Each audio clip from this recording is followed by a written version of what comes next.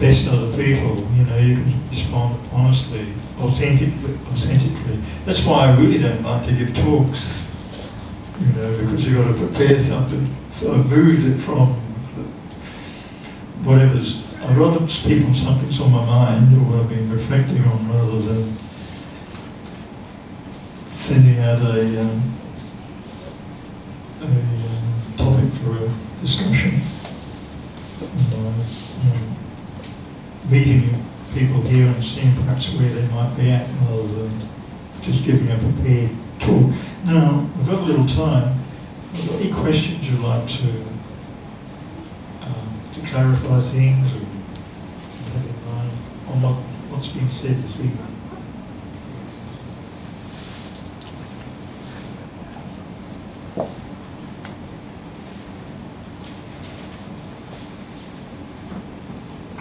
I have a question, but it's not directly related to the topic that you were discussing. The topic is related to the Rupa is considered 4 elements. And the Rupa jhana is the 4th jhana, 1, 2, 3, 4, the 4th jhana. Is there a link between the Rupa jhana related to the element, the 4 elements? Is there any connection between the 2 of them?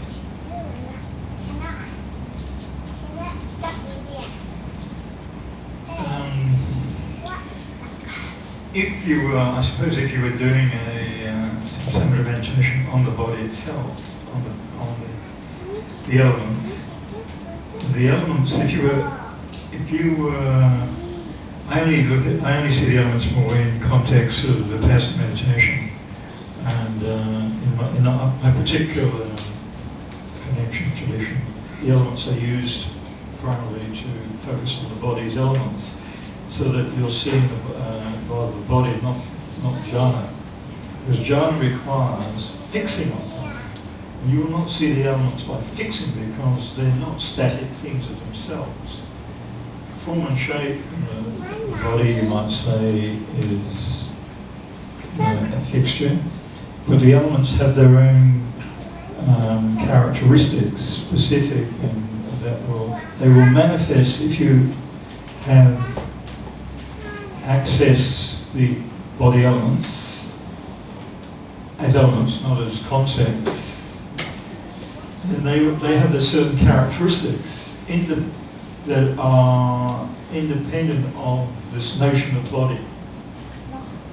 For instance, the so-called air element, the wind element, will manifest certain characteristics that will be experienced in the body, you know, motion, vibration, and support. And these symptoms or effects, when they manifest of themselves without the superimposed form and shape of the body, is the expression of a pure element. One is experiencing the element without identifying with the body as such. So I'm sorry I moved the question. I'm not quite sure about what you mean by the jhana. I don't think it relates to jhana at all, actually. What I'm trying to say is the characteristic of the element, is it will be experienced in any of the 4th jhana, because the element like the wind element, okay, then they talk about the fluidity element. Is all this, is it part of the, can be experienced in during the jhana level 1, 2, 3, 4? Well, not specifically, but if you were at that level, or if you had at least a threshold concentration, you would experience the element of itself, let's say. You could. And that's how actually, so if we're in a relationship of a student-teacher, when you come to an interview to report your experience in the practice, you would say, this happened to me. You know, that you had the sense of, say, you were explaining about movement, that the movement just happened. There was no sense of I movement. So you would experience the element, the pure element of, say, the air element almost dragging the foot.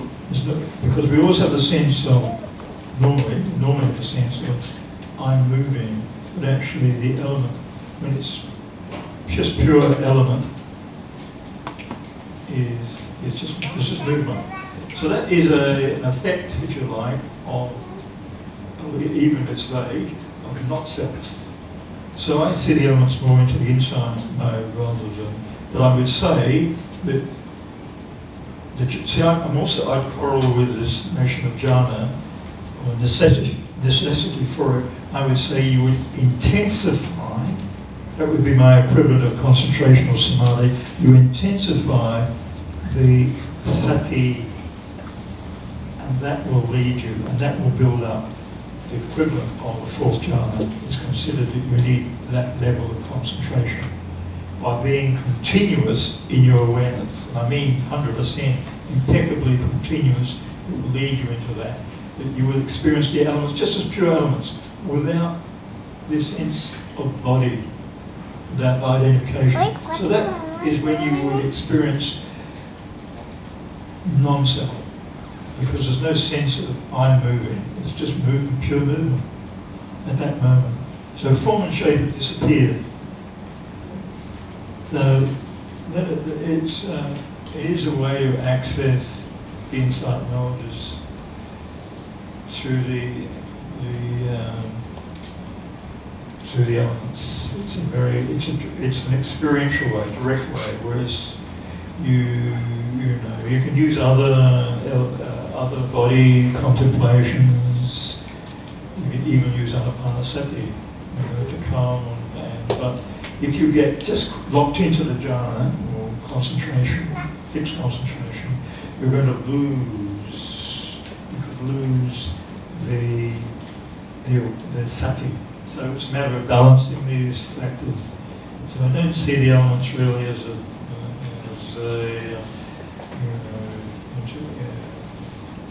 connect so much with jhana, with that satisfaction. So there you go. Another question. Let's see questions. If you have questions, instead of if you have questions, it says next lifetime you'll come back as with a you join Mensa, the high IQ.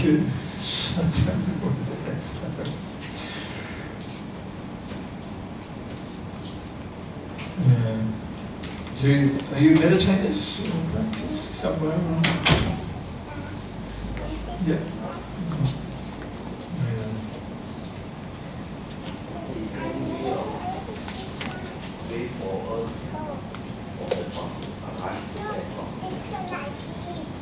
Is there any way just to inhibit them? I think definitely one would do. Necessary in a gross way, one would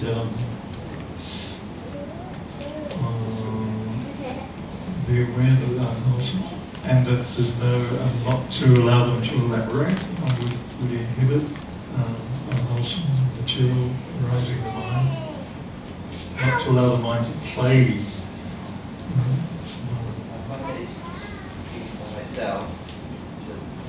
We will just come, and then from there you are not mindful. It tends to really a story out of it. Yeah, the mind thoughts will immediately elaborate, immediately associate. So it's the association. If you can give it the association.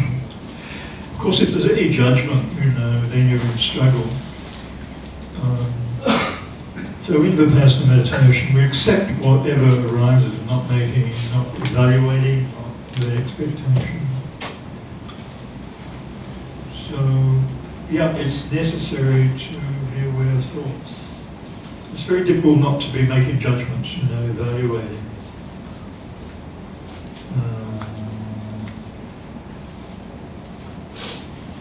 Eventually, in a longer retreat, we're not stopping thinking, that's something else too. We're not trying to stop the thoughts.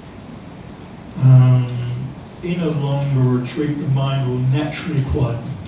See, in samatha meditation, in concentration-based meditation, one is actually inhibiting, one is sort of blocking off the thinking through the concentration. It cuts the thoughts.